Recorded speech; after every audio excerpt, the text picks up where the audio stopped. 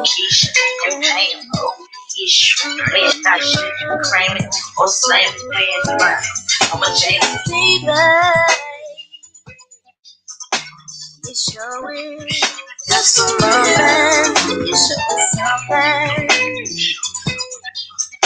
See, I won't trade you for nothing. See, everything you do to me, you got me tripping. I'm satisfied, let's guarantee. I hope you that you've been checking me. I know you're talking about how you chicken on the phone, yeah. You got me talking, boy. You bring me so much joy. You got me talking, boy. And I'ma say my something. Say my hope that you've been checking me. I know you're talking about how you chicken on the phone, yeah. You got me talking, boy. You bring me so much joy. You got me talking, boy. And I'ma say my something. Baby, yeah. That's one thing I'm enjoying, me and her. La, la, la, la, la. See, she's no competition. Tell her she's through with her and you love me and told me you're dedicated to me. I hope you that you've been checking me. I know you're talking about how you chicken on the phone, yeah. You got me talking, boy. You bring me so much joy. You got me hoping, boy. And I'ma say my something. I'ma say my hope that you've been checking me. I know you're talking about how you chicken on the phone, yeah. You got me talking, boy. You bring me so much joy. You got me hoping, boy. And I'ma say my something. Baby, there's one thing I'll make sure. This one I had first got to Tuskegee here. Competition.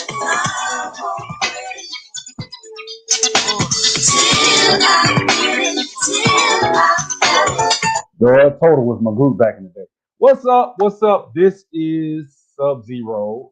Just excited to be back, glad to be alive. And I had a wonderful conversation with one of my homeboys who will remain nameless per se. I call him Big Mud. But anyway, that being said, I was gonna play the conversation we had. Why am I saying this? Because I'm gonna kind of preface the video. First of all, shout out to Angry Man. I actually listened to one of his videos, why black people are Democrat, and it rang true. Like you know what I'm saying, rain like bad weather. You know what I'm saying? You know what I'm saying? Like it just did. And I was like, yeah, that's it. You know, and he really just kind of dwelt on lack of ambition, lack of wanting things out of life, and feeling like this is my lot in life, that I'm supposed to be here and I want to support the Democrats because they promise us free shit, right? And if you understand anything about the whole idea of Machiavelli, Niccolo Machiavelli, however you pronounce it, if you understand anything about that, then you know that a lot of times, man, black people are victims of their own, habits. They're victims of habit, and they don't really acknowledge it. I've talked about on numerous occasions how the black community is full of people that refuse to acknowledge the fact that we are lazy academically, and I said it, lazy. We spend the least amount of time studying. We spend the least amount of time when we go to college because we spend the least amount of time. It rains out that is why we choose the majors that don't require math. Because look, you can study 30 minutes a night and actually be a B student, A student. All you gotta do is just, you can study 30 minutes a night, but you're gonna probably be a D student in math or a C student. You'll go to college and you'll struggle because you hated math or you half-assed it. You might have took it, but you half-assed it. You weren't really good at it. So you struggle in computer engineering. You struggle with the higher paying fields, right? This then lends to a lot of other things, and I'm gonna kind of go through this list that a certain YouTuber loves to tout as why what everybody gets wrong about the racial wealth gap, right? With Dr. Gary, right? Darity, whatever. Myth number one: greater educational attainment or more work ethic on the part of blacks will close the racial wealth gap. So you can't even work hard. This is what I mean. This is prime example of where black people refuse to accept certain facts, right? And then what they do is they go and they find information to bolster that point that even if you bust your ass, it won't close the racial wealth gap. Is that right? Now, something about that, just doesn't make sense. You know what I'm saying? Because income is the greatest wealth earner. Your greatest wealth earning tool is your income. If you have a higher income, you can pay your debt down and you can be successful, right? That's number one. Myth number two, and then they looking at household incomes for black people. That doesn't prove anything. Even with a college education, they're saying you don't make. Yeah, but what are your degrees in, right? Because I just showed you that you don't work as hard. Home ownership is the driver of the racial wealth gap, which is true, right? And they say even when black people own houses, they only have an average net worth of 99,000. Why? Well, you probably number one have a lower income because you don't. You get what I'm saying? It's all hinged on education. So when you don't have the higher earning skill set, right? Then what tends to happen is you probably have a cheaper house. That's one thing. So when black people do own properties, they have lower net worth. So compared to their white counterpart, it's 239 versus 99,000 for black people, which is just probably square on. All of this stuff is hinged and kind of leans on each other. Buying and banking black will close the racial wealth gap, which is by default just a fact. They're saying that's a myth. Even if you put your money in there, it doesn't necessarily mean you're going to borrow money. Okay, well, yeah, it doesn't mean you're going to borrow money if you bank black, because if you bank black, then you know what I'm saying, you would still have to meet certain criteria. You can't just give somebody a loan because they black, right? Now, buying black will be successful because if you rotate those dollars in, if black dollars bounced in our communities, that will literally mean that a black man like myself could start a business and our dollars could bounce in our community. Black people will give, and this is actually the case. Um, you know what I'm saying? There you go. When you busted your behind, it put you in the 1%. Exactly. So they talking about you like you got to pay taxes, right? But let's keep it going, right? And I'm not going to do the whole thing. I'm just going to go through a few of them. When he said black people saving more will close the racial wealth gap. So when I say save, I mean investing in 401ks, investing in, annuities, investing in anything your current age. Let's say you start at 18 and you invest till you're 67, and let's say you start out with $1,500 and you will monthly contribute $300 every month, 18 to 67, and the average interest rate, let's say, is just 10%. $4 million by that, $4.8 million, right? I always talk about this. Shit like this is this a fact or is it a lie? Well, man, damn, I mean, who gonna put $300 in at 18? You all right. Let's take it up. Let's go to 30. That give you time. There you go. You still be a millionaire by the time you're 65 on the dot. And by the time you retire at 67, 64. By the time you retire at 67, you might as well let the money compound by the end. So let's keep going. Let's talk about why black people are Democrats, because we see these little innuendos and things on in there's a certain mentality of black people that really hurts us. There's another one. Greater financial literacy will close the racial wealth gap. That's a myth. I just showed you something financially that will benefit you. If you say at 30 years old you drop $300 in an account in mutual funds, and you start investing that, to the time you retire, you'll have $1.5 million starting with just $1,500. That's not hard. That's $150 every 2 weeks. If somebody's got a professional career and been working, by the time they 30, let's say they're making 80,000, you can easily drop that 300. You ain't gonna miss $300. Trust me, you're not. Right? These are just little secrets. Things. I'm not even a secret. Just things that are glaring problems for black people. Another myth they say: entrepreneurship will close the racial wealth gap. That's a myth. Because black businesses fail. Yeah, black businesses fail because black businesses are underfunded. A lot of times you can borrow money against your house. If a white person has a $250,000 house, you have a $100,000 house. You borrow 20,000. They borrow 200. They borrow 50,000. You got more. They got more working capital. They got a lot more shit they can do with 20% of their property. So they're better funded. A lot of times I've had this happen when I had a comedy club. People would literally walk in and walk out because they see it's a black-owned company. That actually, I had a couple of white people do that, which I wasn't mad about that shit. I'm like, they looking out for their own community, right? But white people do stuff like that. So let me stop. I'm at number 7. I ain't gonna keep going, but I just wanted to get down the list, right? One of them they said is improve soft skills and personal responsibility to close the racial wealth gap. So you can't have responsibility in your actions. You can't be disciplined with your money. None of that will save the racial wealth gap, right? So let's get this going, man. So let's see. So let me go investment cap. All right. So right now I'm gonna play a conversation I had with my homeboy, brilliant brother. He's a banker. Well, actually, he works in banking. He's not a banker anymore. He's basically like a lawyer for a bank, basically. But listen to this.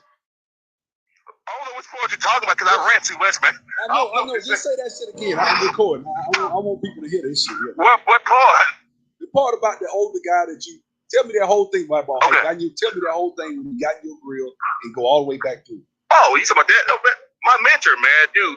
I was blessed, man. I worked with this guy once, man. I worked for him as an assistant manager one time, man. He always was just a great mentor. I felt like, man, he got me to a certain point in my career, but I felt like God needed me to get a little bit more, man, to be where I'm at today. He had to come in and go out there, and I had to work for him again. And humbly, I came to him and said, hey, man, I'm in between jobs. And he said, James, give me one second. He said, give me 5 minutes. Let me do something. He put me on hold, got me back in and said, dude, do you want to come in and interview right now? I said, I don't got nothing else to do. I'm out of work today. Let's go. I lost my job that morning. That evening, when I called and said, you know anybody hired? I had a job that afternoon. Because why he was awful. You know why he said to offer me that job?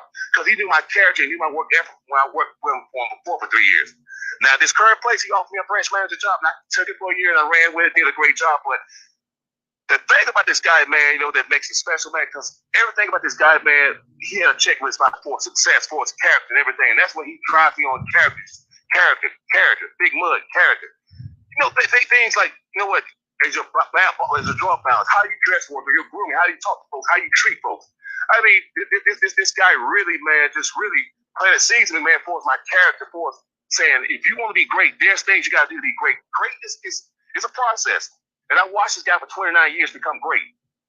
And I just really feel like there's a lot of folks, they want what we got, bro, Sub-Zero, but they don't understand that somebody got to groom you. Somebody got to shape you. It's no different than your class lifting the bell right now. That's what you're doing as well. You're mentoring folks. You're out there showing folks this is the way to do it. Hey, you got to clean yourself up. You got to develop these certain characteristics to be great. I don't know what else to say, though, man. I mean, just really. You say this dude had $500,000. You told me a lot of Exactly. shit. You say he got. Oh, yeah.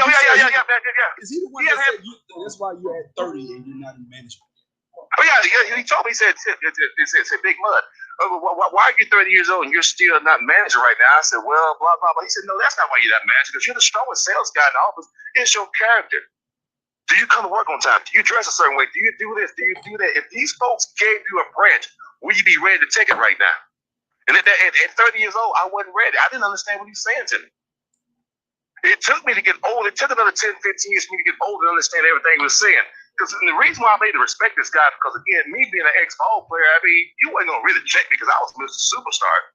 But having another guy who's old enough to be my dad, 6'4", he already won 2 state championships when he was in high school. He was running for Mr. Basketball. So anything I talk about as an athlete, he can relate to.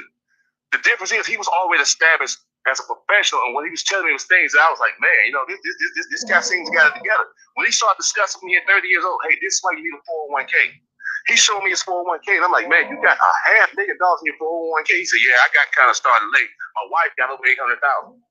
This guy was working as a manager at a bank, and his wife's a pharmacist, and him and his wife were technically millionaires, black couple, millionaires, black couple. He was so prosperous that he paid his house off for 15, 20 years out in one city. Now this is who black people want to punish and take their shit and feel like they greedy and selfish. This is why I told you some of the selfish people you ever want to see are poor people, because they feel like that you should take from a guy like that who bust his ass and got it out the mud. He went and took the money, over $200,000, and bought a bigger house, but a better house than a downside to a newer house in another city. And he was like, "Hey, all I gotta do is pay the difference of what $40,000 over 30 years, piece of cake." Damn, he paid that shit off for a year if he really wants to. He could have just. Man, what happened? I don't know what happened. So I'm just gonna download it and play it manually because I don't know what happened. So let me just keep going.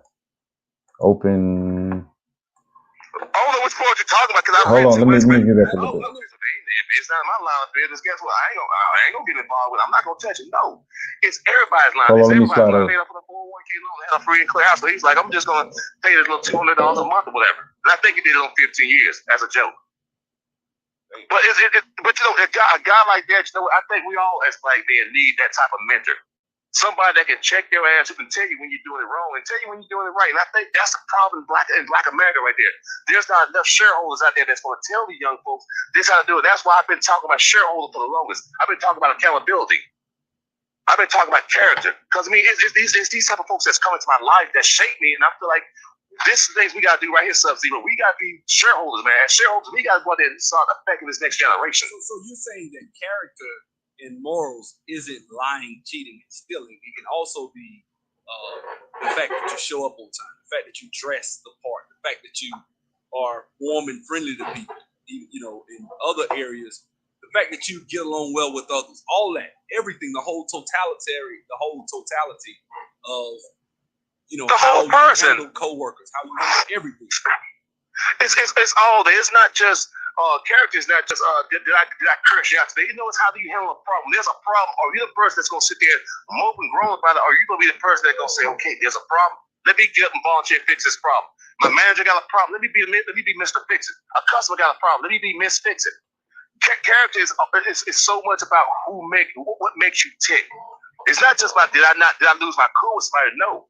If I see something that's not being a process, that's not being done right at work, guess what? Don't just sit there and ignore it. Because we all do these surveys at work that says, if you see something that's not correct at work, what would you do? Most folks will tell you, well, if it's not my line of business, guess what? I ain't gonna get involved with it. I'm not gonna touch it. No. It's everybody's line of business. I work in banking, guess what? We gotta think. You see something, you say something. That's how we stop money laundering, all kind of things. If you see any irregularity, you say something. Take it to your manager. It may not be nothing, but you go out there. That's character right there. It's when you see something need to be done. If you see something in your community needs to be done, you do see something, you say something. We got this whole no snitching damn thing. I guess what, man, if I see something, I ain't gonna say something. No, I'm saying something, sir. There will be requests for you to have a channel. There will be requests because this is good shit you don't hear a lot of times in our community. It's racism, it's systemic oppression. And you hear this from people that are in good financial state. You hear this from educated black people. This is very popular. You're right. I think social media has really done a number on our psyche, how we think, how we view the world, and you get what you put in the world. The world gives you what you do. You know, life gives you what you put in it. If you know, and I know people say, well, no, I can work hard and white man, this is white man. No, most of the time, a lot of times, character tends to be one of the main issues that tends to hold black people back. We don't talk about it because it's seen as coonery to say, hey man, why didn't you do what the boss told you to do? You can't blame everything on the boss. You didn't do your part to do everything you're supposed to do to be a successful employee. You know what I'm saying? And then eventually a business owner, which is why I said if black people were to get reparations, it would still, a lot of us, probably 75, 80% of us would fail if we tried to do businesses because you see, it's like, and that's what I was saying. I was like, if you are not faithful over the little things, like the scriptures tell you, then you won't, God won't make you master over many. That's why in the parable of the talents, he gave the talent to the guy that had the 10 talents. Why didn't he give it to the guy that had 5? You know what I'm saying? And you're not faithful with it. And so that's the thing I'm saying. It's like black people, when you got to be faithful with the free education that you don't give a damn if it is a failing school. Be faithful. Show up. Another thing, Sub-Zero, man, I really appreciate the fact that you're brave. You're not afraid to go out there and pull that Bible out and give us some of that word too. It's always one thing to go on our little rants and give our personal opinion, but when you back it up with substance and with that word, I mean, nobody can argue that right there, Sub-Zero. But let me hit another little thing real fast. We look at guys like Kobe Bryant. We look at athletes in the black community. We look at how hard these guys work, how much effort these guys put in, and we're like, man, look at that, man. Look at Kobe Bryant got all these characteristics of a killer, man. He's a scorer. He's a this.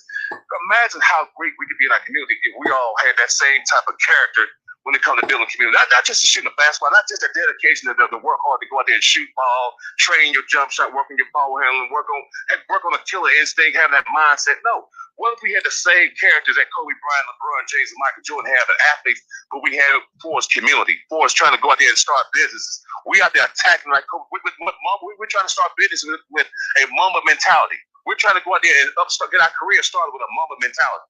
Imagine if black folks put that same mentality of just trying to go out there and drive and that type of character, hard work. Think about these guys like Amigos, these rappers. You don't think they have great hard work characteristics? This is all isolated into sports and just music. Imagine we took that over into our communities. If it spilled over. Imagine how great we could be if guys actually held each other accountable. Hey, man, you got to get your verse together. When I played ball, man, Mutt used to close the ceiling at 8 o'clock. He had to cut the lights out to get me up that day. I wouldn't leave. I would have stayed there at 11 o'clock if he'd have left the lights on. We would have still been playing ball in that bitch till damn near midnight. If he would have let us play that long. That's how much I wanted to play ball. One of your favorite topics, Sub-Zero, is about us in the black community and our study habits. How we just put 20, 30 minutes in versus other groups, like specifically Asians, they're doing 3 hours. Yeah. Imagine we put that same amount of time in, man. That guy that ball players do, man, work on jump shots, man. We just do that. I mean, look at Todd. They went to school with us. Todd, a damn exactly. Doctor. That boy said Todd used to come to the community. So 4:30, Todd gone. And he said, yeah, he's tired just like all of us, but guess what? He's studying. Yeah. But Sub-Zero, I've seen it myself though, man, with my teammates. I've had teammates when I played in college. I got 2 teammates who are doctors right now. Got a couple of teammates who got MBAs, got degrees. I can tell you all those guys' characteristics. Even myself, I pride myself on the fact when I was in college, I could outdrink most guys on my team. But guess what? One of the things I had going for me was that I could drink, but my hard work, my way I was built. I could also get up at 2 or 3 in the morning. I could go out there and start studying too. It was weird, but I would get up and study. I mean, I knew if I played hard and party hard, I had to work hard. I mean, that's just something I've carried on my whole life. And I just feel like, you know what, we work hard at the things we want as a black people, but we don't go and attack the things that we need to our community. We need to focus on that character, man. We need to focus on becoming better shareholders. Get your opinion on this, because we were talking about this. I wasn't recording. So the whole thing with Donald Trump's platinum plan, when it says increase access, why is that a sticking point for a lot of hotels? Why is access considered a bad thing instead of guarantees? And why can't you guarantee? Why shouldn't you guarantee a loan to a person? What's your opinion on that? I mean, it goes like the character. They want it guaranteed. Let me say this. Let's take this as like a woman. If a guy knows that if he comes over to this woman's house, that all he got to do is just knock the door and show up, that he's going to have intimate intercourse with this woman, why should he bring flowers? Why should he bring candy? Why should he be romantic? Why should he do anything? I mean, if it's already given, what that woman does is giving you access to come over to the house. She's not saying, I'm giving it to you. And that's no different with this loan. You have access to apply for it, to go out and get all the documentation. We're going to talk to you about the loan. But guess what? We still need to do due diligence. You still need to go out there and put your work in. And I think that just goes back when you hear a lot of these hotel brothers. And I just said guys who are just looking for handouts. That's what they want. They're trying to scheme and find a way to get money. Well, man, hope this is another one of those no document situations where I can go in there, I can go out there and just sneak in, get the money, and get gone. This is no different than just trying to grab the cookies from a young lady. It's that mentality. I think there's an issue when they get the loan. If you give somebody like that a loan, I'm going to go out on a limb and say probably 85% of those loans will go to default. I would say, Gary, in a lot of work I do, I would probably say that number would probably be right, not low. It's too low. Now this is coming, guys. That's what Big Mud has been in banking for a long time. Big Mud has been in underwriting for years. He sees the other side. We talk all the time. This is why I don't just pull this shit out my ass. Me and him talk for hours sometimes, once a week.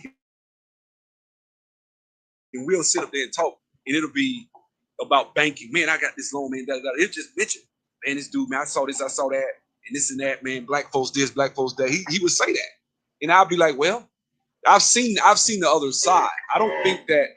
I think reparations for blacks can be a good thing if placed in its proper context and set up with certain checks and balances. But then in doing that, the problem will be, well, it's a trick. That is not a trick. It's if you're gonna come into a banking environment and in a bank and create a banking relationship with a bank, you're gonna have to have equity. You're gonna have to have certain things you have to have when you walk in a bank. If you don't have you gotta have sweat equity. You gotta bring something to the table. Sweat equity. You gotta have something. And so when you have those things, what are the chances? Let's say I got everything you just said. Am I gonna get turned down? I don't see a reason why, unless there's something creeping in the background that you didn't disclose during the application process. And they just slap on 2 or 3 points on top of my loan after we went through underwriting. After you, the underwriter, had touched it. Now you'd have done 4 years. Can the branch man say, I don't like this nigga? I'm gonna just slap 3 points. I know we told him 4%. Fuck it, we gonna give him 7. Is that feasible? No. Any financial institution that does something like that, I will actually be concerned and would actually report that right there. That cannot happen.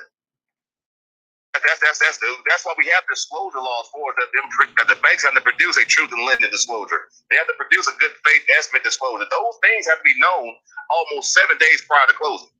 It's a reason why those things are in place for that very reason right there. You have to disclose this stuff almost 7 days in advance. Okay. So even like the Home Mortgage Disclosure Act, all these things are in place to protect the consumer. And if you look at the CFPB, Consumer Financial Protection Bureau, they have things in place. They actually enforce it as well. So I don't see what brothers out there saying that. It's just erroneous. Well, let me say this. How about if something on my paperwork is not, let's say they give me a good faith, because I had a good faith estimate. I get more than one. I got more than one time where they were going to give me a higher interest rate, and I had to produce some things, push the closing back, and I produced certain paperwork to get it back or down. Like, you get what I'm saying? I think a lot of times in the underwriting process, if your interest rate does go up, something's up somewhere. Well, rates can always change too during that process. Every 30 days, rates are changing. But I will almost challenge and ask that consumer where they look at the right stuff. Where's that loan, in fact, final approval, where you still going through the underwriting process? Because you may have been given a teal in the hood, but it wasn't a final teal in the hood. I would have to almost look at the paperwork and determine what the consumer was looking at. Because again, here's the problem: a lot of times people could be, I hate to say ignorant, but just not really well knowing of the paperwork and the disclosure that they're signing. He may have just been signing initial documentation, and now the interest rates change, the payments change, and okay, they're factoring in taxes, insurance, other things, other fees they hadn't went out there and calculated municipality fees. It's things that may have not been considered on the front end, but now we're coming to the final. Okay, here's all your stuff right here. Here's everything that we're going to put into the loan. Here's your escrow. So this is what your final payment's going to look like. I mean, I would have to almost ask those questions to make sure that we're comparing apples to apples and that we're all talking from the same envelope book. Because I don't know any situation where I would go out there and sign my loan, and they'll come back at post closing, and because post closing doesn't even have an underwriting. If I understand, post closing is just that right there. They're getting all the last paper, everything that you signed for that mortgage loan. Say if it's a mortgage or if it's a car loan, that title got to be recorded with somebody. That mortgage got to be recorded. All that paperwork got to be recorded. That's what they do in post closing. So I almost want to challenge the intelligence of the person that you're talking to, because that doesn't happen in post closing. Well, this is the thing though. Like a lot of times, and I've actually gotten a loan. I actually got a loan from Credit Karma. I logged into the Credit Karma app. I said, let me see. They say I can get a loan. Let me see. They gave me $25,000 one time. I had it in my bank account in like 48 hours. All I did was just fill out the paperwork. They called my job, verified. That was it. That's it? I looked at my bank account, $25,000. Like that. And so, I can go back and get is that another one. not proof that you get a loan? When I paid it, now they want me. They keep sending me. So I delete them. I just deleted some this morning. They trying to loan me money. So now I who's can these probably people go who for say they 50 can't get or money? 100 now because they like, okay, he legit. He paid us. I'm struggling with who these folks that can't borrow money. Now, see, here's the thing. Anybody can borrow money. I mean, if you got a decent job in today's economy, the banks are giving money where they need folks to take loans. The thing is, all you willing to deal with the interest rate. But anyone saying they can't get a loan, I'm kind of skeptical of that statement right there. Now, a guy like you, Mr. Sub-Zero, you know, you're a different type of borrower. You're a little more sophisticated. That you may be out there rate shopping for a loan. You may not take a loan, and they say, well, there's no loan out there because it's not at the rate that you deserve. But if you're just a guy that's trying to start a business, you have no sweat in the game. You're just trying to get your hands on 10 grand to go out there and start your dumpster business, for example. Yes, you can go out there and get a high interest credit card that's probably at 19%, 29% interest to get you 10 grand. But guess what? If I have no sweat in the game, I have no equity, I'm just starting a business. Guess what? You're high risk. Yes, you're going to take 19, 29%. I think that's a fair exchange. But a guy like you, Mr. Sub-Zero, who's been in the credit file, been out there doing business since we got out of high school in the 90s, the car wash business, remember. I mean, it's a little different with you. You know what to look for. You're a sophisticated borrower. I don't understand who these guys that's saying they can't get money. Well, not just that. I mean, we really started off talking about character. And I think that's the whole point. All of this is centered around character. Now, you can go to places like score.org. What are some other places where how could I get my paperwork together? What do I need to do? I would actually tell this establishing credit. Not just establishing, but just everything. The whole price. I need my taxes. I need everything. Are there organizations you can go to that'll There's a lot of local organizations, a lot of churches. I mean, we don't take advantage of the fact that a lot of churches, especially a lot of the major churches. You say that. You say the church. But if you want the truth, I'm giving you the truth. I mean, I work for the bank, but guess what? I wouldn't tell you to go to the bank because the bank has an agenda. The church doesn't have an agenda. The church is helping. Our church is helping you with establishing credit. They teach financial classes. The church is doing it for the right reason. The bank is trying to do it because they're offering you a financial service. So yes. There are a lot of churches, especially major churches that's actually full-time ministries that you can go to. They teach financial classes, especially if you get to certain small groups that they actually have a pastor who specializes in that. So I would tell folks, yes, I can go out there and give a lot of promotions to folks out there who do all this credit repair stuff, all this stuff they can do for you. But I don't think that's the best thing. I think this is best served at the local level, going to your local church, dealing with someone who can mentor you. Again, going back to being a shareholder, you need to have someone that's accountable for you, helping you establish your credit. And yeah, for a business guy who's out there looking for multiple loans and multiple streams of income, do things, yeah, online services are great. But if you're a person who doesn't have that type of sophistication yet, I would suggest going to someone who you could speak to one-on-one, who can actually take your hand and walk you through the process versus you going out there just going online and you trying to wing it yourself. Now, me and you, we can do it, Sub-Zero. We have experience. This is not new for us. This is not a new ride for us. We've rode this rodeo before. But if you ask me, the question is, where can I go out there and have someone help me go out there and lay out what all my income documents are? Explain to me what my tax returns are. Explain to me what am I doing? What the bank's looking for my tax return? Do people understand things like debt to income ratio? Do they understand things like my ability to repay clauses? Yeah, I think the more people get to understand these things and get more familiar with it, people will actually make better loans. People apply for loans they can actually pay back. I mean, when I had my mobile car wash, I used to go around and do people's cars in Montgomery, and I did many older black people who would tell me all the time about how they can go to the bank and get anything they can make phone calls. I used to brag about it. A lot of people in Montgomery, Alabama will tell you, I'm talking about white banks, Regions, Wells Fargo. I'm not talking about First Tuskegee. I'm talking about white banks where they can go and get money all the time. One of the millionaires guys I used to do was Bentley. And he told me, he said, man, I can get whatever I want from the bank. I can get this. I can go whatever. I got $1 million line of credit. I know 2 people in Montgomery that I did their cars that were black that had 7-figure lines of credit, that did houses, did all types of stuff. And that Montgomery ain't exactly a bustling, metropolis. It's not. You know what I'm saying? Montgomery's not that big. It's big landmass, but it's not. So that's the thing. It's like I wanted this information to be shared because it's like information changes things. You know what I'm saying? You can't. What did Candace Owens say when she was at the Revolt Summit? She said, "You can't enslave an educated mind. You can't enslave an educated mind." Exactly. You cannot enslave someone who knows. Okay, you turned me down. I have options. I could just type on the internet, fill out an application with a company out of Utah that don't know who the hell I am, and get along. Mhm. It's not. By the time somebody called me, it's for the closing. That's it. It's not for, that's the thing I'm saying. It's just no longer back 60, 70 years ago where they barely kept credit, or if they did, it was on their discretion as to whether or not some white loan officer, he had to like you. You don't have to do all that. You can literally, Exactly. and then back then we had more black banks. So it was like, that was why, And that's why relationship lending worked back then. When you had banks of Tuskegee Bank, man, there was plenty of banks out there where we came from in Montgomery, man. Where you can go in there, you had folks that look like you. And again, coming from a family of entrepreneurs, brother, I just never heard my family cry about the bank, the white man, the bank is holding back. I mean, that's just me. I mean, I'm just gonna say me. I've never heard anyone in my family say, "Well, I couldn't get the loan because I was black." No, I couldn't. They couldn't get the loan because they weren't qualified. I got family members now who've been in business. A couple family members have been in business 20 and 25 years. I've never heard them say, "We can't go out there and get supplies. We can't do this." They've worked through pandemic. They've worked through different presidential administrations. They've always stayed afloat. I mean, money is there, access is there. You have to be qualified. I think that's the problem that happens a lot of us in the black community. It's just being honest. Why were you turned down? Only in a loan officer. It's been many times when I was a loan officer 15, 20 years ago.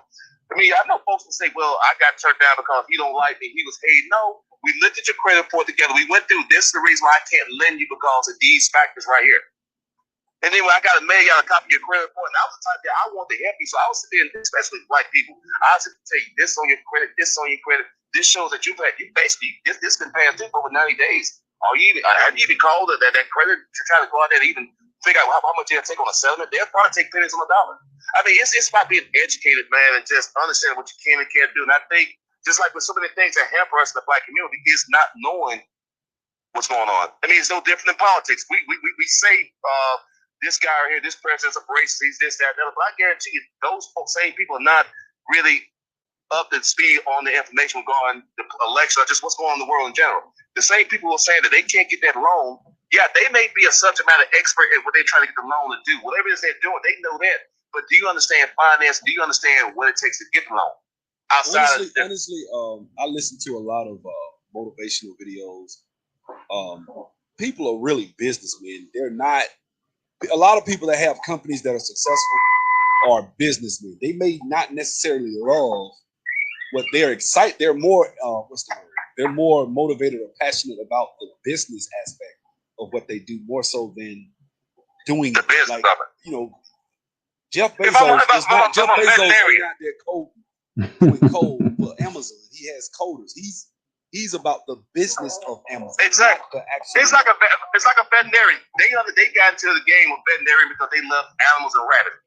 They never got into the business of having to manage inventory, manage supplies, manage it. Okay, my profit and loss expenses, employees, insurance. So I get that, and that's why I'm saying most black people, we know what we're doing. We're trying to start a barbershop, and that's all we know. We're starting a barbershop.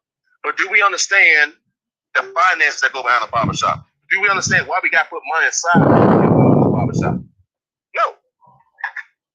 So that's it, man. That's what I wanted people to hear, because that's the type of stuff that does not get said. So a lot of it is, especially now, is all this systemic that, racism this, racism that, and it's not.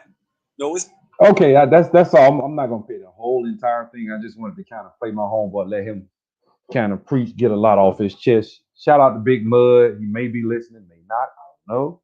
Shout out to Franchise. I'm gonna pick him up at the airport tomorrow, or probably from the MARTA. Have him ride the MARTA tomorrow when he get here. But that being said, man, I just wanted to come on here and really kind of talk about why black people are where they are and why black people are Democrat. You see, the Democrat premise is that I understand you're a child. It's not your fault. It's racism's fault. And if you elect me, I'll give you free stuff and help you to, now I'll never give you enough where you can be on my level. Right. I mean, they literally think like that.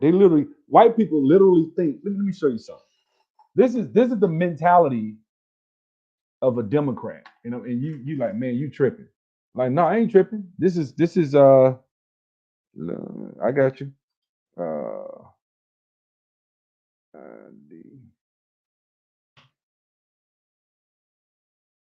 watch this, because it's a lot of this is just this is it right here. I'm Ami Horowitz, and I'm here in Berkeley, California to What's up, find out Marvin? if voter ID laws suppress the black vote.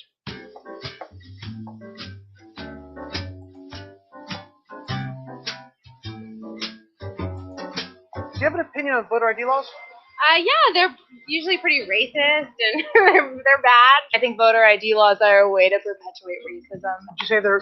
Would you go as far as say those laws are racist? For sure. Do you think it suppresses the African American vote? Definitely.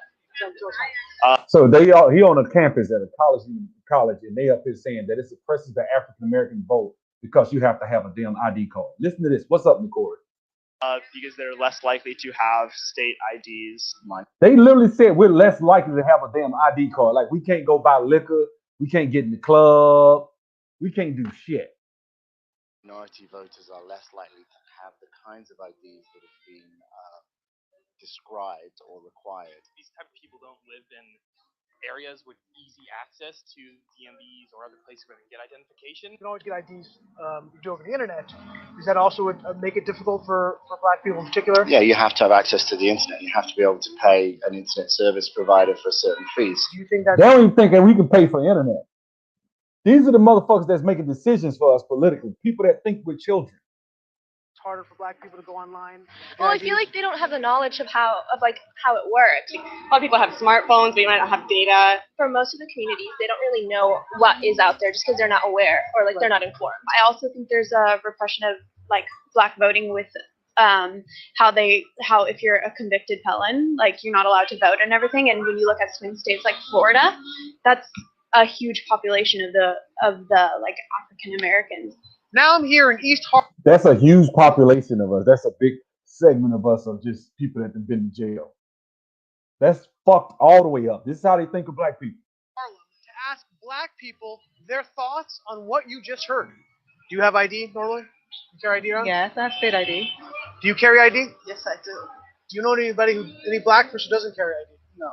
Everyone that I know has an ID. Why would they think we don't have ID?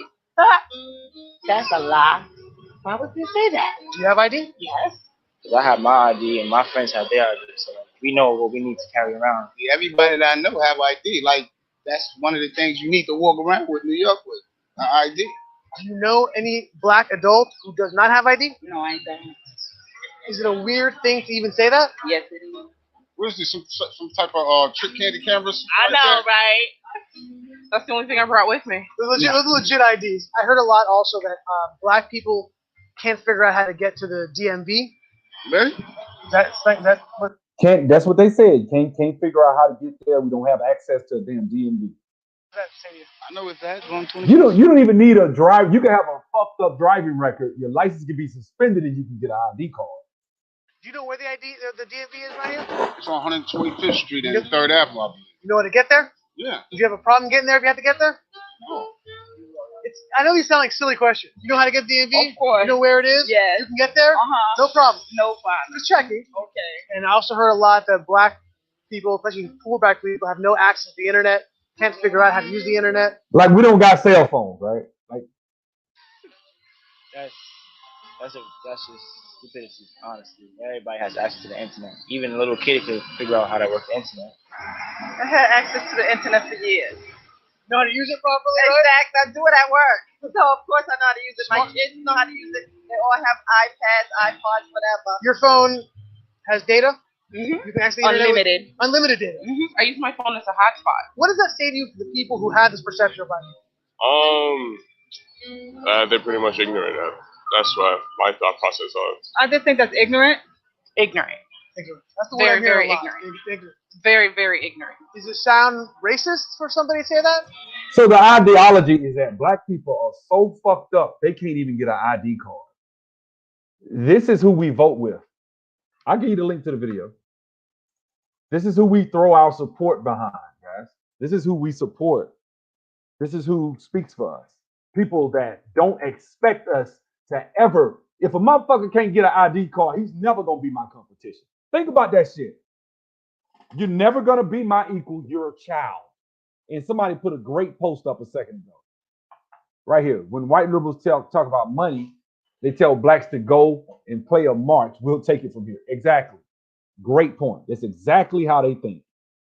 You know. Well, what's up? What's up, man? Space Cowboy. So, you know, act like you're a race trader if you even talk about vote Republican or make it make sense.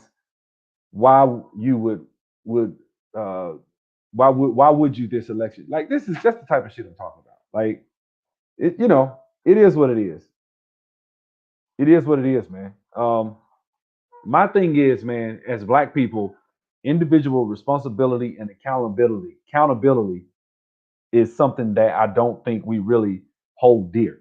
If we did, we probably wouldn't be in the predicament that we're in.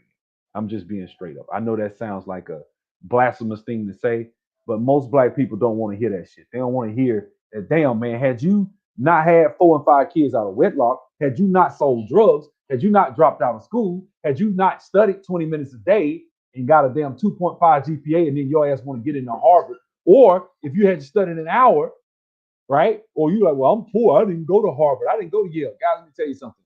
Going to an Ivy League school does not 100% guarantee success. In fact, the Nobel laureates, they did a list. Only about 20% of them are from Ivy League schools. You would think it would be 85, 90%, but it's not. You know what I'm saying? So it is what it is. My girlfriend, a business owner, was complaining about Trump's platinum plan, saying it's just going to be more $8 jobs. I told her, shut the fuck up. You are a business owner. She's worried about the wrong thing. That's what I'm talking about. See, let me explain something about being a business owner, guys. Black people don't have an entrepreneurial mindset. They don't. Most of us don't. Some of us do. A lot of us don't. What does that mean?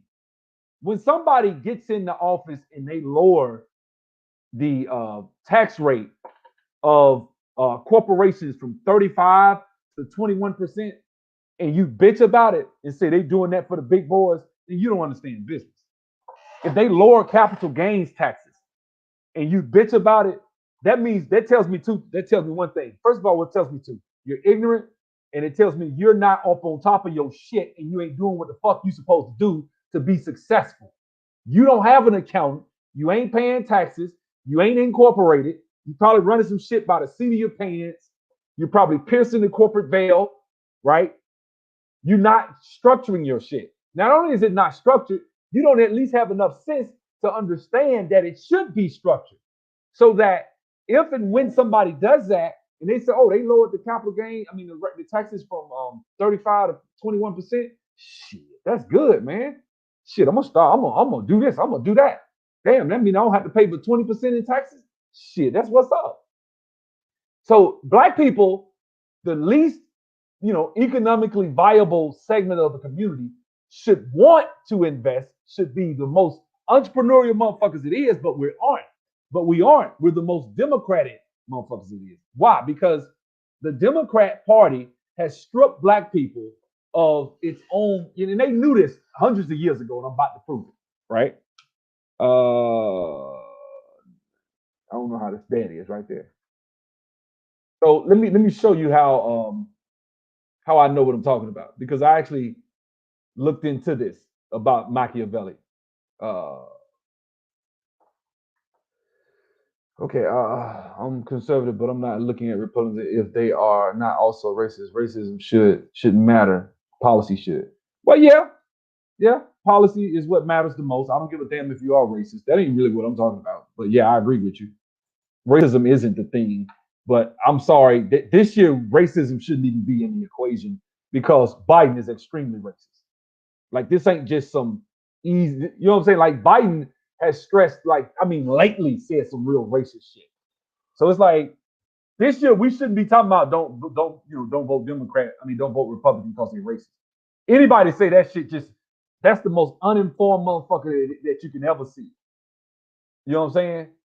So let's see if I can get into the part where Machiavelli and it's talking about never give somebody too much. It's got these principles of Machiavelli, the Prince, and it's just going through talking about because this is how politics works.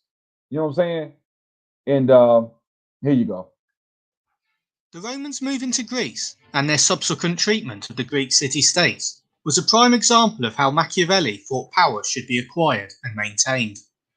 They were brought into Greece by the Aetolians. As Machiavelli stated, when a powerful foreign party enters a country, people that have an existing hatred or grievance with the ruling power are naturally drawn towards this new external challenger. Despite conquering large amounts of territory, the Romans attempted to appease the majority of the local people and keep down any potential challenges to their power. Several measures were taken by the Romans. Think of the Romans as the Democrats in this analogy he's giving and how they treat black people. And just think about it. To ensure that they successfully added the land of several countries to their own region. Firstly, the Roman Senate set up colonies and maintained friendly relations with weaker powers, such as the minor Greek states of the Achaeans and Aetolians, while at the same time ensuring they did not allow any increase in strength of these smaller states. Secondly, they ignored requests of friendship from the stronger kingdom of Macedonia, and when the Aetolians asked the Romans to help them fight against Philip V of Macedon, they accepted and defeated him, significantly weakening his powerful kingdom. Finally, they weakened the most powerful. Not allow any other strong foreign parties to gain authority. A few years after defeating See that? Philip V of Macedon, the Aetolians were allied with Antiochus III of Syria. The Romans did not agree to letting the foreign challenger Antiochus hold any state in Greece and turned on the Aetolians, defeating them and Antiochus, significantly reducing their overall strength too. The Romans ensured that they did not increase the power of anyone but themselves. They conquered neighbouring provinces and kept hold. Democrats increase nobody but power but themselves. That's why they talking about loading the Supreme Court. They got to make damn sure that they push their liberal agenda. We got a San Francisco liberal about to get in there. She's going to make Barack Obama look like a devout Christian. Of them by following these policies Machiavelli highlighted.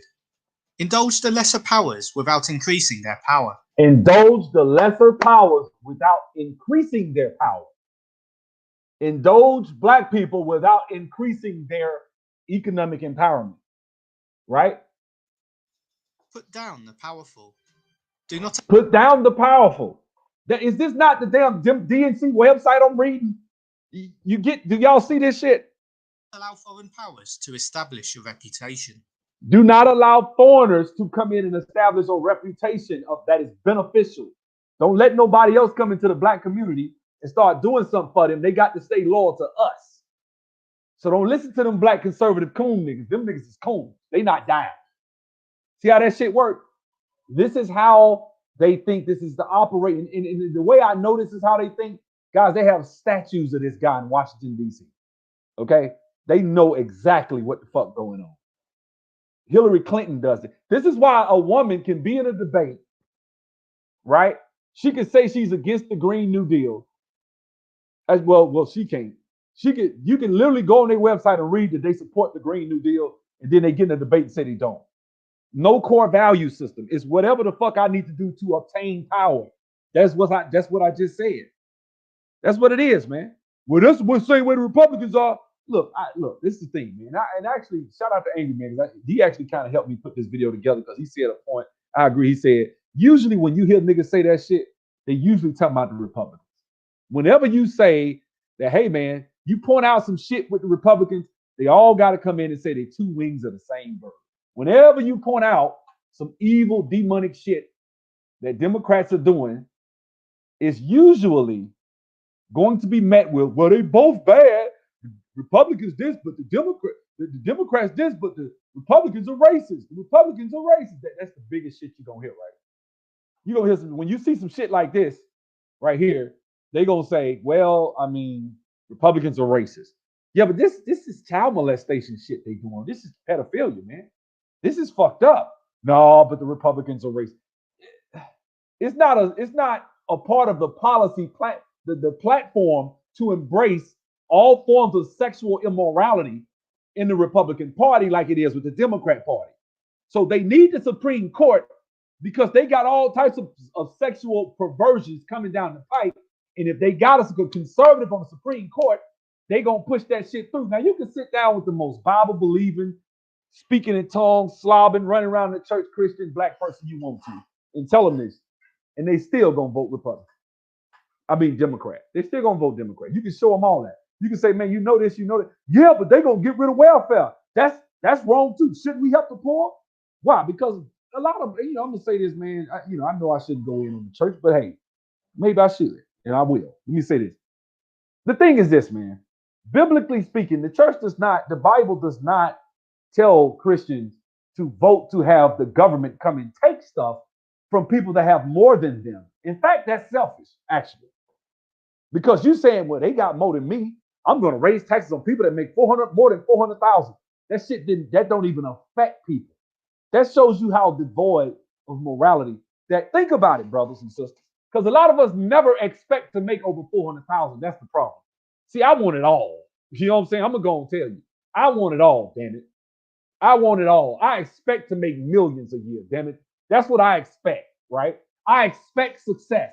Every black person should think like that, but they don't. So somebody can stand up in front of you and say, hey, I'm going to take 400. Anybody making over 400,000, they need to pay their fair share. We need to confiscate. You would vote for someone that says it's okay to confiscate 70, 80, 90% of everything you make over $400,000 because you don't deserve it. You shouldn't have this. You shouldn't have that, right? That's fucked up. That's fucked up, right? And when you hear people talk, Christians don't have no problem with that. That's jealousy. That's selfishness. That's, dare I say, what's the word? Coveting. Thou shalt not covet. You ain't following the 10 Commandments. You coveting what your neighbor has. They got this. They don't deserve to have that. I should have it.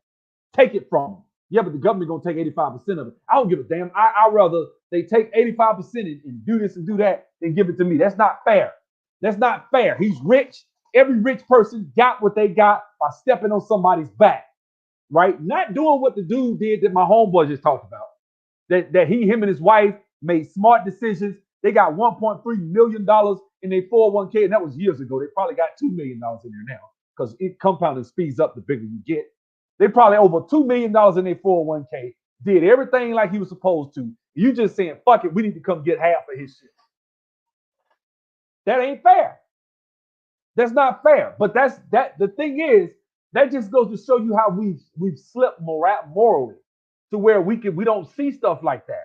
Oh man, you making an argument for the rich. You damn right, because I expect to be one. You'll never get there. How the fuck you? When I hear somebody tell me what I'm never gonna get, I get the fuck away from them. That is negativity, right? Now I can have you come tell me, hey man, if you plan to get there, you need to do this, and this. You need to stop having bad spending habits. You can stop going to the strip club, throwing $1,000 at strippers every Friday. You can stop doing this. You need to stop having 5 or 6 kids out of wedlock. You want to be a millionaire, you need to do it. I will never get mad at somebody telling me some real shit. Never. But when somebody just say you're never going to have that for no apparent reason other than just the fact that they can't ever see themselves having it, so they'll tell you that you ain't going to ever have it, right? Which is what do they say black people have? A crab in the barrel mentality. And instead of niggas saying, well, damn, that's fucked up that black people would rather pull another nigga down. You know what they'll tell you? Well, a crab's natural habitat is in a barrel. Like, you see what I'm saying?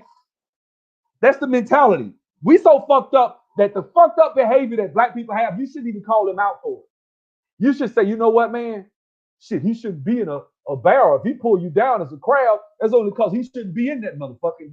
So he don't want to see you make it out. Well, shit, maybe me climbing and doing what the fuck I'm supposed to do is the right thing to do, and maybe you should do the same. But instead, you'd rather pull me down, right? And make excuses for the crab in the barrel ass mentality, which is what black people literally do. Make excuses for crabs, for people pulling other people down, right? Which is the most fucked up thing I've ever seen and heard of, right?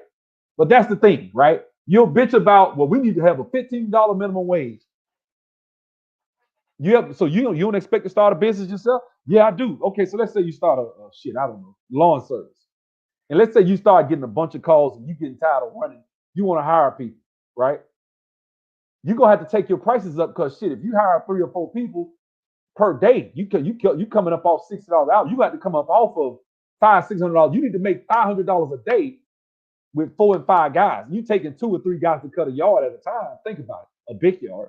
So you need to make $500 a day just to break even, just to pay your payroll, not including your equipment, insurance, advertising. So your business, your prices of cutting grass going to go up to $100 for a little bit of ass yard. You don't have to make this shit worth your while. Otherwise, it's not worth it. You can't hire nobody. But if it was, I don't know, shit, $5 an hour, you hire 4 or 5 or 6 people. And the thing is, there's value in that because these people, a lot of times, if I'm going to hire a guy to cut some grass, guess what?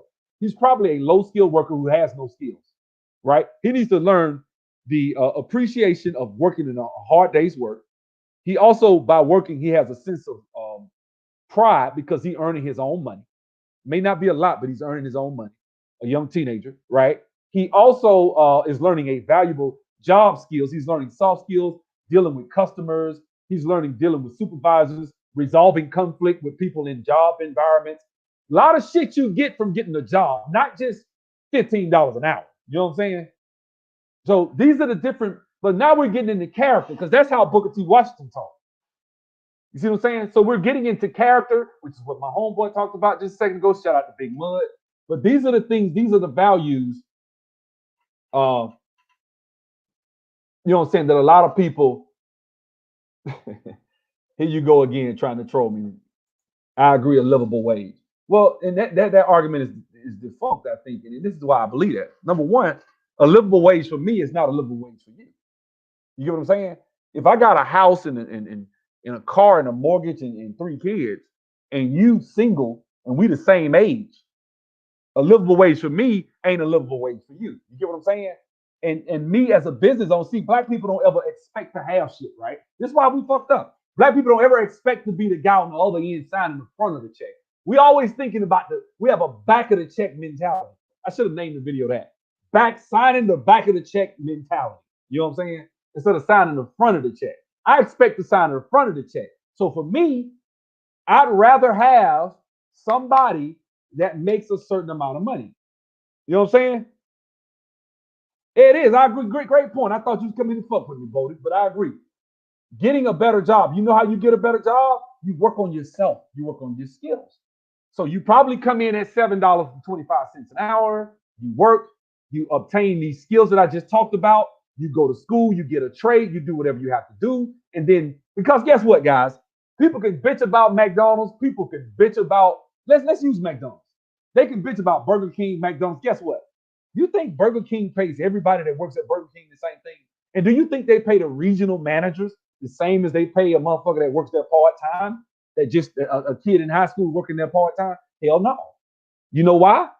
Because they have different skills. You get what I'm saying? So the problem isn't Burger King, McDonald's. No, the problem is you and your skills. You get what I'm saying? Guys, let me tell y'all something. Arby's is based in Atlanta. Arby's, the roast beef place, right? I used to work at Arby's in high school as a kid, right? I got fired from Arby's. But, you know, I was a horrible worker, but I did. I was making $4.35 an hour when I worked there. And it was enough. I was able to buy little shoes. Gas was 97 cents a gallon, though. But still, you know, the thing is, as you look at it, what happened over time was the gas. I mean, not gas. I got fired. I got fired from Crystals. But let me make this point. The point is this: as time went on, I got older. I got into IT, and now I'm in my. You know, well, they called me when I was in my 30s, and they asked me. They was like, they called me, and it was a recruiter calling me from Arby's, trying to pay me. Guess what the rate was? $60.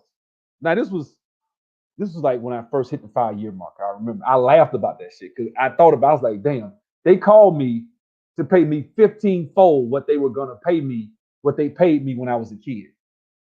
What's the difference? And they called me, asking me to give me a job. I didn't call them. See, when I was a kid, I went and applied. I put on some slacks and a button down, and I did what I did. You know what I'm saying? Whereas when I got older, I had certain skills. They saw me. They went on LinkedIn, saw what people said, and they sent me a message. I said, yeah, call me. They called me. I took another job. They called me. They were one of the first people I remember to offer me over $60 an hour, over $50 an hour. They was one of the first ones. You know what I'm saying? So that's the thing. Now, what we got? What we got? I meant minimum wage. Lower paying jobs, in my opinion, are a mean for individuals entering. Yeah, we agree then. You need better skills to get paid more. Basic. Yeah, good point. Good. I thought you was trolling. Good. You good then. But that's the point I'm trying to make. We have a back of the check mentality. A lot of us do. Apparently, Three Kings don't, and that's good. I'm actually glad to hear that, bro. But the thing is, a lot of us have a back of the check mentality. I'll never get there. I'll never have this. I'll never have that. You tell yourself that shit, right? That will lead you into thinking a certain way. It just does. It leads black people down a certain path. If you don't ever see yourself making over $200,000, you don't give a fuck about nobody taxing nobody to over $200,000. Yeah, shit. And I'm not trying to be funny. I don't make over 200. I'm close, but I don't make over 200. You know what I'm saying? With my business and other shit I do. Well, shit, this year I might make over 200. I don't know. You know what I'm saying? I don't know. But that's what I'm saying. But I bust my ass. I flip the house. I got all types of other shit going. I run a class. I'm up till 11 o'clock at night. I'm in meetings all day doing. I do tech. I code all day. I bust my ass to make that kind of money. You like fuck him. He need to pay his fair share. Like I'm getting over some shit. That shit ain't fair to me. It's not fair. Where the fuck was everybody at when I brought my ass to Atlanta? Right. I was a produce manager. I tell this story all the time. I was a produce manager making $13.50 an hour. I wasn't satisfied with $13.50 an hour. So you know what I did? I don't advise doing this. I got fired on purpose trying to get unemployed. It didn't work out. I came to Atlanta because there was this program I heard of called the Workforce Investment Act. But you have to have been employed over 90 days, and I can't do that shit, especially when I was making $13 an hour because I ain't have no savings, right? So what I did was I came to Atlanta. I enrolled in. I got this guy, this African guy who was teaching. I negotiated with him and told him I would give him 10% of my salary, right? If I get a job. Because at the time, I'm thinking, shit, if somebody give me $80,000 a year, coming from making 32 to 29 or whatever that was like 28,000 or whatever. I jumped from 28 to 80. I'm damn near tripling my salary. So for me, I am tripling my salary. So for me, I would be happy with getting up, 8,000, after taxes, whatever that would be, 80,000, 16, whatever, right? So I would have been happy with that, right? Because that'd been like 6,000, 7,000 before taxes. Then after taxes, they'd probably been getting. I've been bringing home about 4. He won't tell me that's about $400 a month. Shit, fuck it. I'd have gave him that. Wouldn't have thought twice about it. $500 a month. Wouldn't have thought twice about it, right? Well, I got stopped by the police in Clark County. I was broke, ain't have no money, right? So I switched the tag on my car. I don't advise this, some irresponsible shit.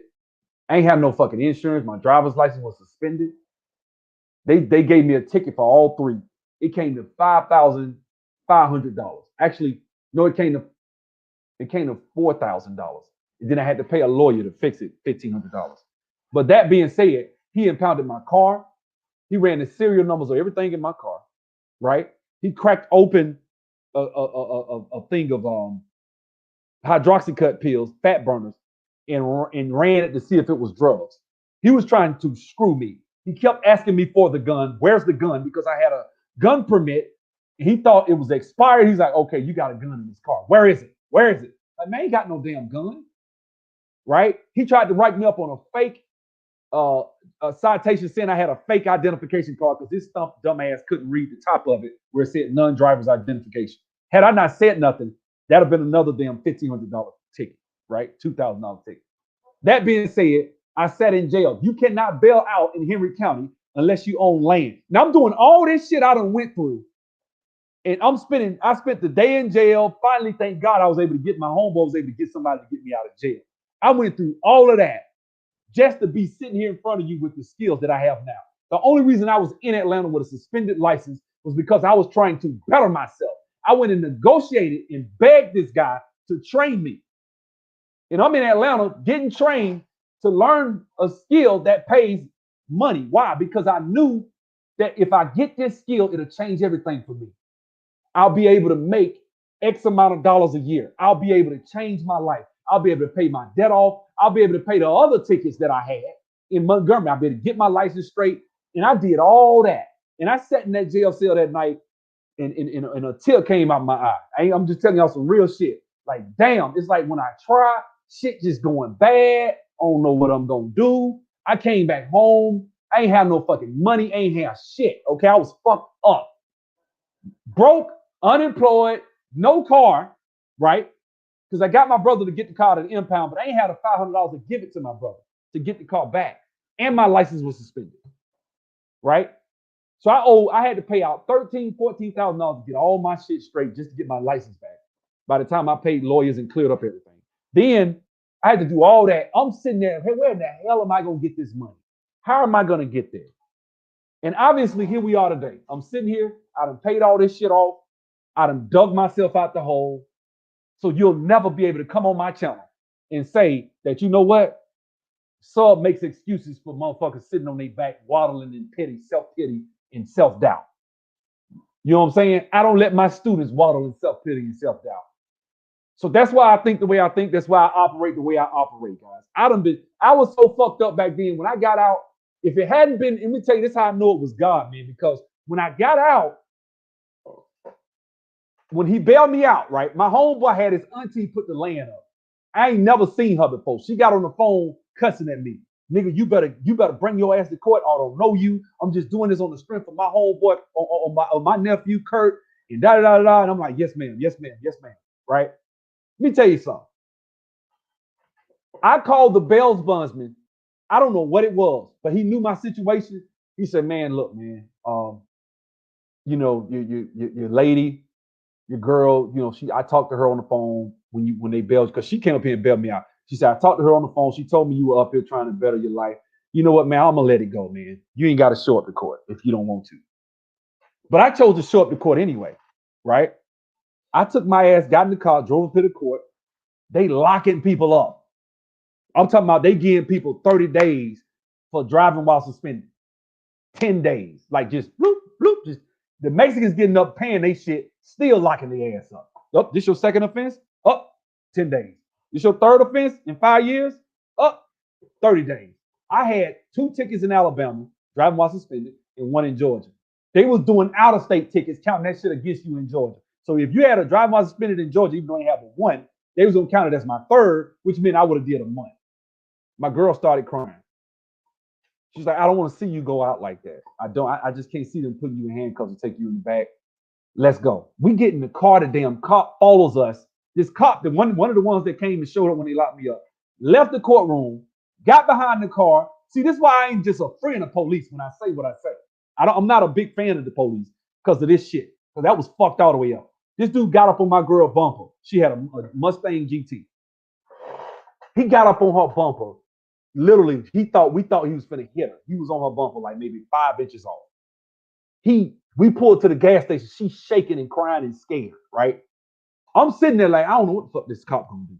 Cop pulls up on the side of the other gas of the pump on the other side and turns around, opens his door, turns around and just stares at me like that motherfucker wanted to kill me. And I promise you, if that motherfucker had saw me anyway, he probably would have choked the shit out of me, killed me, whatever. He would have. I believe he would. That motherfucker hated my guts because he knew he's from Alabama and he knew they was gonna issue a warrant, but they hadn't issued the warrant yet. You know what I'm saying? This is the type of shit I done been through. And here I am today. I don't make no excuses. I done been fucked up like you wouldn't believe. Warrants for my arrest, no money. I tell my business. It is what it is. Because I paid it off. It is what it is, though.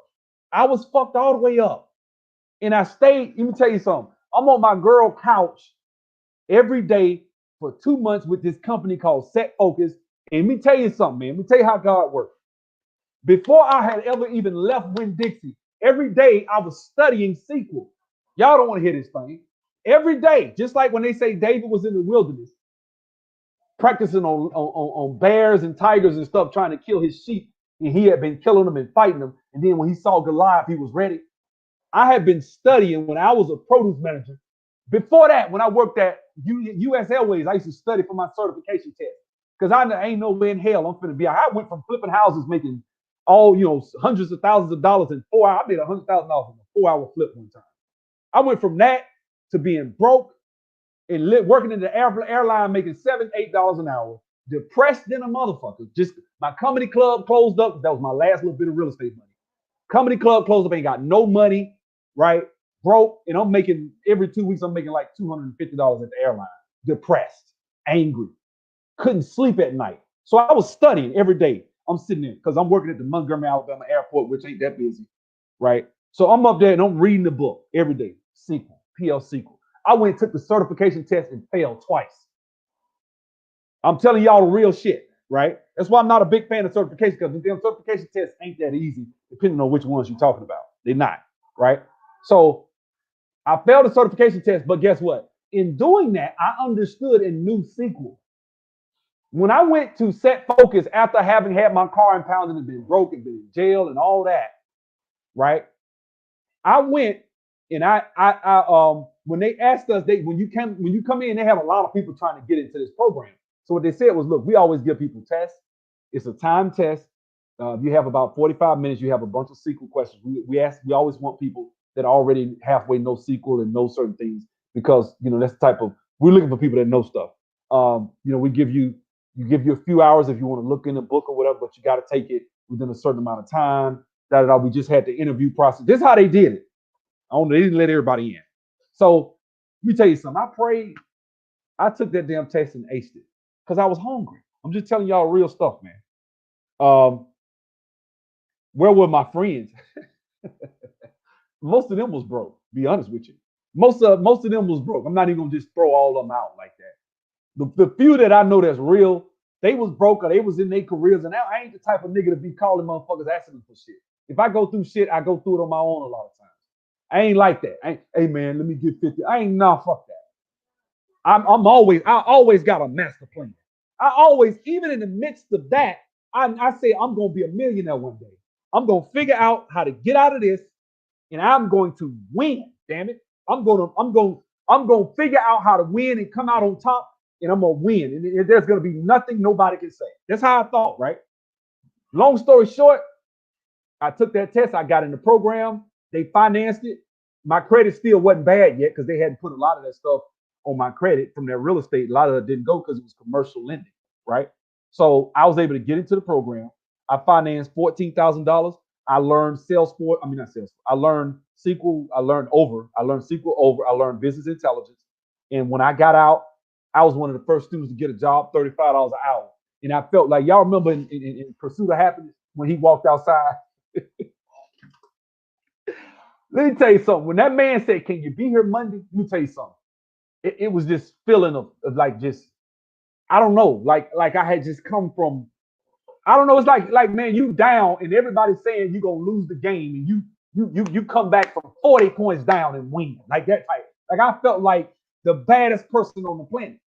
Couldn't nobody tell me nothing, right? Because I went from struggling to make $400 a week, getting fired, trying to get into the program, going to jail, car impounded, no driver's license, broke, no money, no nothing. I'm talking about, dog, for me and my girl to go out, I would literally go and beg people to let me do work. I wasn't with borrowing no damn money. You know what I'm saying? I wasn't. I went to the church that I went to, and one of the pastors up there would let me scrub the floors. I'm telling y'all gospel, bro. This is, if I'm lying, may God strike me dead right now. He let me scrub the floors. I would go up there and scrub the floors once a week, and I had them spotless.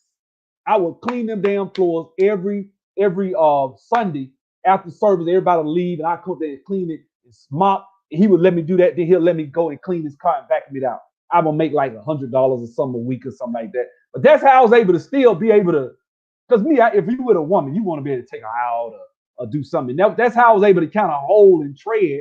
I was staying at our house pretty much rent free. She paying everything. I wasn't getting nothing. I ain't feel like no man.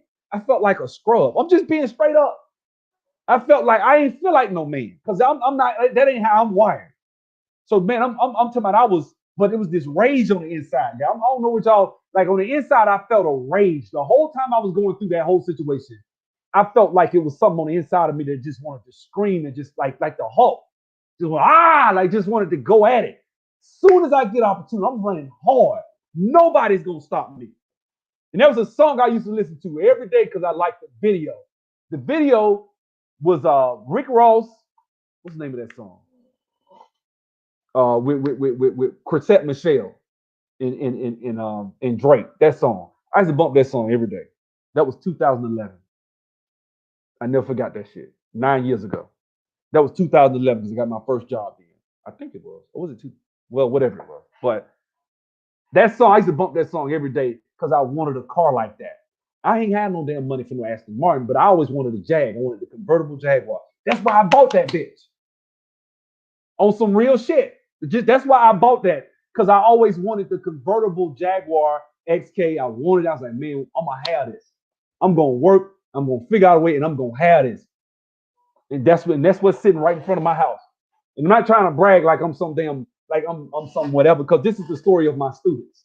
This is the story of Mark. This is the story of a lot of my students that came through my class. But this is why I always believe that in life, man, you get in it, you get out of life what you put in it. I'm not one for excuses. I'm not one for believing that. So to me, my mentality when it comes to politics, get out of my way and let me keep what I earn. That's me. When I approach politics, that's how I approach it. Get out of my way. Don't come with all these regulations. Let me keep what I earn.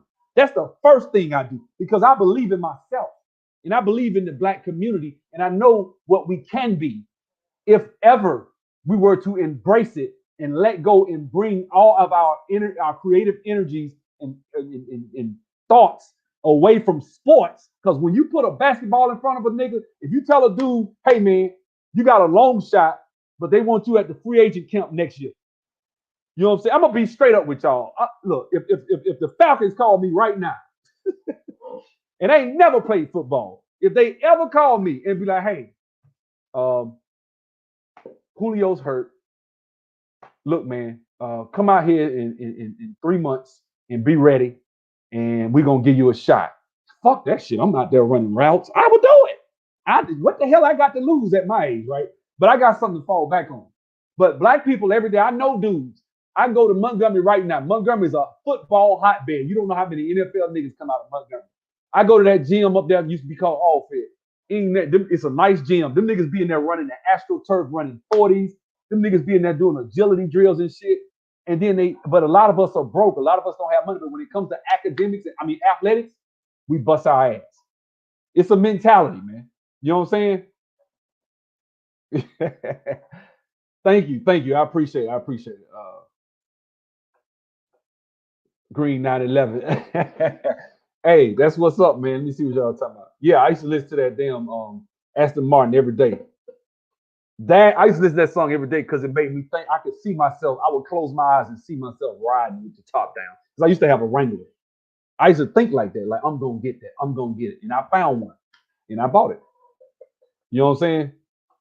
If you know a nigga struggling and you put him in the tech, but don't because he's a player, are you wrong or is he wrong? It's not your responsibility to save a man. It's not. I don't think that. It's my responsibility. Like my friends saw me struggling. If they were in their heart saying, I got $500, I could drop him $50, but fuck it. I ain't mad. I'm still cool with you. That shit don't bother me. It don't. When I got money, am I like that? Yes and no. You know what I'm saying? But I don't give from a place of I'm gonna get this nigga money, but he better remember when I ain't got no money. Yeah, I got niggas that talk shit when I lost my comedy club and laughed. I can tell y'all some stories, boy, about that shit. Like, you want to talk about now? That's the one that really hurt when I saw how people really were happy when I lost that comedy club. It was some jealous ass niggas that I thought was friends that didn't like that shit. Didn't like me getting up on at the end of the day. I used to get up there like Russell Simmons. Thank y'all for coming. Y'all have a good night. God bless y'all. I used to do that all the time, right? Because I watched Russell Simmons, right? Well, I used to stand at the door and shake people's hands. Them niggas be sitting there. I catch them niggas looking at me kind of funny. Why they ain't like that shit? Because a lot of my friends wanted to be out in the front and want to be popular and want everybody to know who they are and want to be Mr. Montgomery. Yeah, I'm thinking way big. Fuck Montgomery, nigga. I'm thinking international shit. You know what I'm saying? And I never forget after having that comedy club, and I was waiting on tables right after I took that class. After all that shit I've been through, and I took that class that I told you I had to test into and all that, right?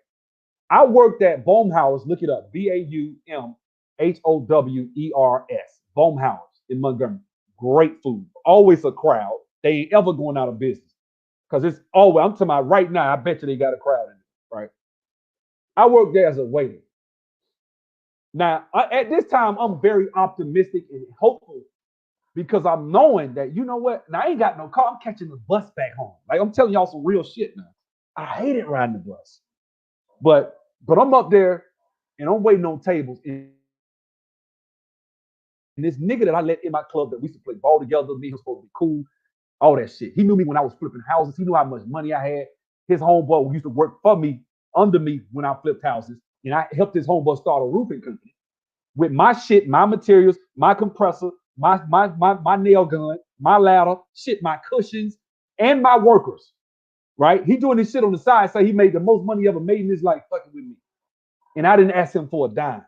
Didn't ask him for shit. Right? He had his own money. I didn't give a fuck. Right? Them niggas was up there, both of them.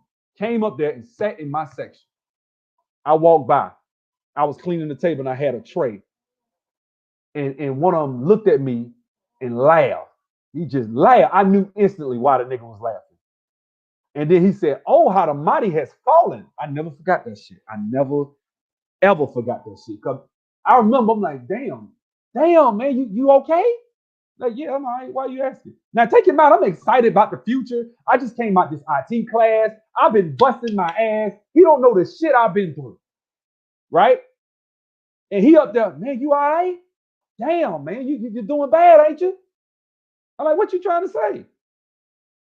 "I'm just saying, man, damn, you waiting on tables? Damn, you Mr. Real Estate, investor. You was big shot." I never forgot that shit. I worked at that place probably about 6 weeks. And then by then I had a job. But I never forgot it. But I always kept me a job. I wasn't with no unemployment. I couldn't get it. But I wasn't with none of that shit. Food stamp, none of that. I always had me a job. I always had some money. But I never forgot that motherfucker laughed at me. You know what I'm saying? Now I'm doing 4 and 5 times better than he doing right now. And I'm not to brag, just saying. And he know it. He know that shit because other people done told him. But I never forgot that shit. So yeah, I remember motherfuckers that laughed at me when I lost my comedy club. And man, that shit cried. Let me tell you something. I lost that damn comedy club. I went home and cried like a baby, man. That shit hurt. Because I gave it all I fucking had. And I had a drug dealer partner. And me and that nigga kept arguing and shit.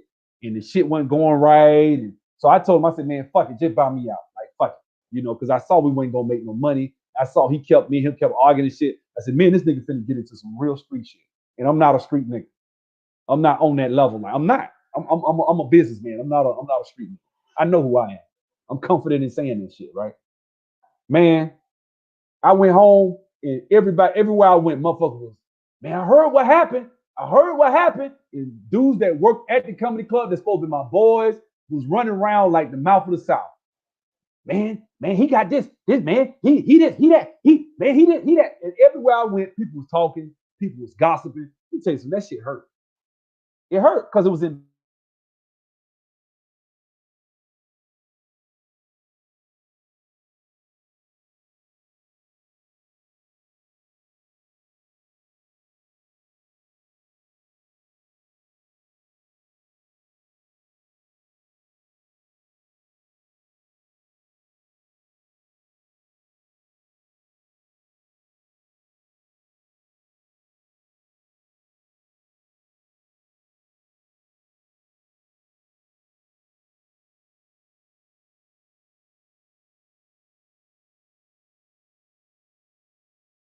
none of this shit got to do with racism.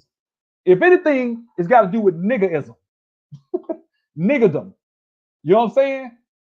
That's what it got to do with. Dealing with niggas. Dealing with the fuckery that you have to deal with niggas in the black community. You know what I'm saying? So I done been fucked up. That's why I don't shit on people for struggling, man. You shouldn't. You should never shit on a person for struggling. But you better have a plan. And you better be working that damn plan. And you better be motivated. And one of the biggest motivations of a plan for me has always been when I was broke. And I don't ever want to be back there with my license suspended, car impounded, fucked up. You know what I'm saying? I don't ever want to be there no more. Ever want to be there no more. I hate to see my bank account go down. I do. I hate that shit. I hate paying bills. I mean, I pay them because I actually like paying bills. But what I'm saying is, I hate paying bills and then your money go down and shit. I'm the type of nigga, when the 15th comes, if I'm finna get paid on, let's say the 15th, I'd rather pay the bill on the 14th than I'm supposed to pay, you know, like say I had a bill due on the 9th or some shit. I pay that bitch on the 14th just to go back in the next day and see my account back up because I just got a $3,000-$4,000 whatever check, whatever shit like that. You know why? Because I don't want to be the type of dude I just don't like seeing my account low. I don't want to be back broke no more. I hate that shit. And when I get broke, you can tell. When I feel broke, you can tell because I you know, me and my lady might get into it. We'll get into it. Like when I'm broke, I don't know. I'm a lot more snappy. I'm a lot more angry. Not to say that I love money, but what I'm saying is, I just feel like that's just how I am. I don't even want to have sex with them, bro. I ain't even trying to be funny. I don't see how dudes can be out here wanting to chase ass and shit. Got to borrow $10 from your homeboy to buy a drink. And I got homeboys like that will all they care about is some ass. I got some old videos that I actually turned on. Go back in my channel to my oldest videos. Actually up because I have about 200 videos that are turned off, but I turned on about like 10 of them the other day. They deleted. When I turned them on, they deleted 3 of them instantly. Like they on my ass. I had a video called The Gay Witch Hunt. They deleted that shit. I hated it, but it was about, you know, women loving to call black men gay and shit like that. I went in on that subject and they deleted that shit. But anyway, man, I gotta go. I gotta go pick up my boot, man, my little boy, and take him. What's the date? Wednesday. I might take him somewhere today, and me and him go to Legoland or something. Y'all have a good one, man. I'll see y'all.